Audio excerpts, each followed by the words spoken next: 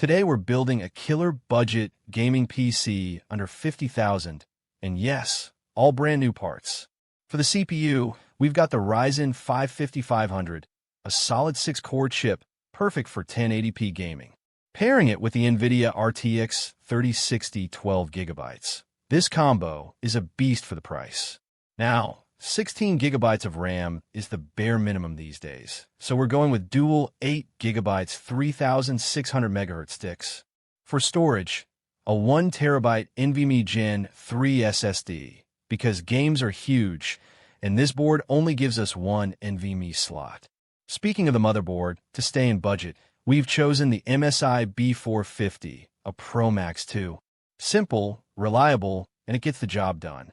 Powering it all, the MSI A650BN 80 Plus Bronze PSU, ranked Tier C in the new PSU list, safe and efficient. And finally, the AnySports 2056F Micro ATX case, probably the best value case you can get at this budget. For just $50,000, this PC will crush 1080p gaming and even handle everyday tasks with ease. What do you think? Best budget build of 2025?